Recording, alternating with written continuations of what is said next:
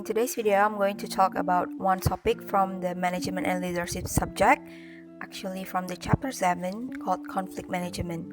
The reason I choose this topic is because this topic is really interesting to talk about for me, and then also I felt like everyone must know about the conflict management, especially when you want to be a leader. So yeah, without any further ado, let's move on to the presentation.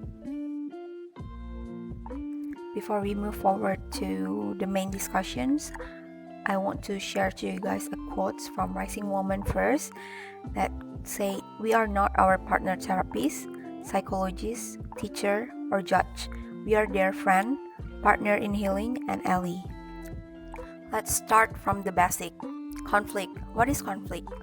According to William Gossman, he said that conflict is disagreement or difference of opinions between two or more individuals.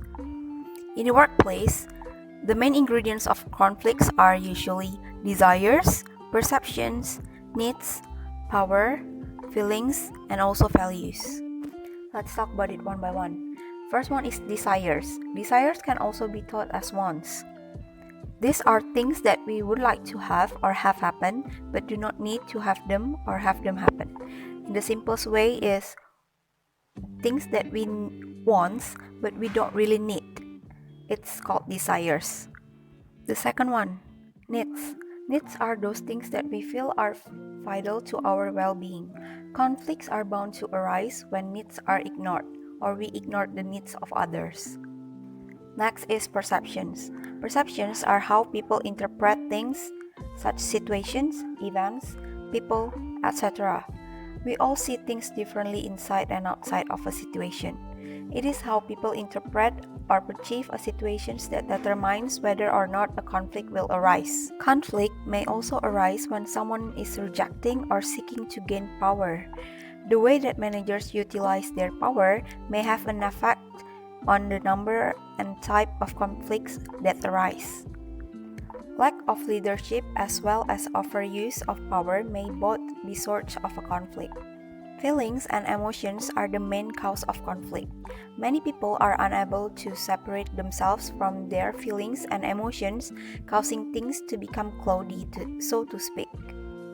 Conflicts can also occur when people ignore the feelings of others, or if the feelings of two or more parties differ over an issue. The last one is values. Values are deeply held beliefs. When values are at the center of a conflict, they are usually not up for negotiation or any type of conflict management strategies. Here it may be the best to just agree or disagree. There are many causes of conflict in the workplace. It will be virtually impossible to talk about all of it in this one presentation. But here are some of the most common causes. First is lack of communications or poor communication. The second one is different work methods. Two employees may have the same goal, but approach the task two different ways. A different goals also can cause the conflict. Employees may have goals that conflict with the goals for people in other areas of the company, such as a front of the house versus back of the house. The fourth one is personalities. People sometimes annoy each other just because the way they look or act. Stress also can cause the conflict. On a good day, people can let issues roll off their back, but as stress increases, it can trigger a conflict. The last one, different viewpoints or perspectives. Someone might be closely involved with an issue that he might have a different perspective from someone who sees the same issues more broadly. Now let's move on to the conflict management. To resolve the conflict with positive outcomes, we need conflict management. Conflict management is the applications of strategies to settle opposing ideas, goals, and/or objectives in a positive manner, or the practice of being able to identify and handle conflicts sensibly, fairly, and efficiently. Managers are often put in the middle of conflicts. They must know how to manage themselves as well as the situations positively and delicately. Managers must be able to separate their own emotions and feelings from the situations at hand. They need to be able to act, not react.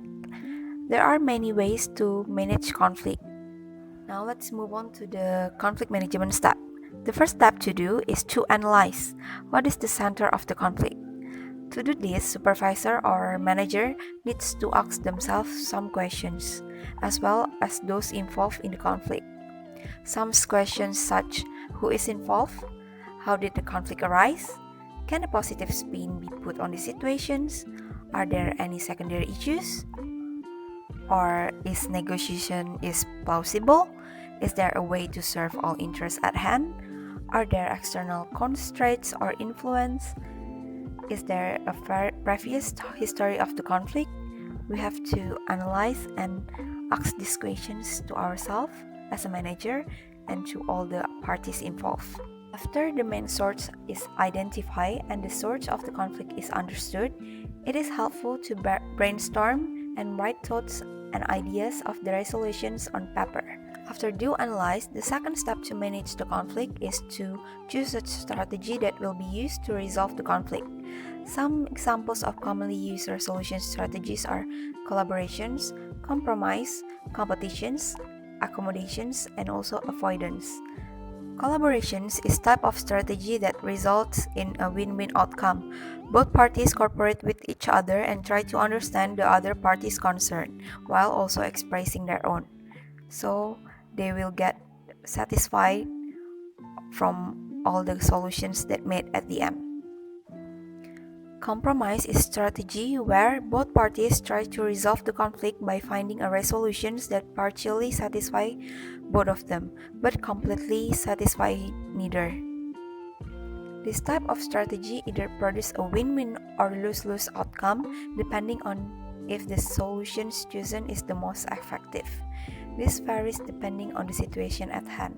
The next one is competitions. The outcome could vary from win to lose or lose to win, depending on who prevails. This strategy is not ideal, as it may cause increasing conflict. The losing party may try to even the score. The fourth one is accommodations, which produce a lose-win outcome. The opposing party is allowed to satisfy their interests, while one's own interests are neglected. The last one is avoidance. Avoidance is exactly what it sounds like. The conflict is avoided by both parties and neither party takes actions to resolve it. This produces a lose-lose outcome. In the hospitality industry, this strategy is generally useless. Because the employees work in close quarters, this makes it virtually impossible to avoid each other.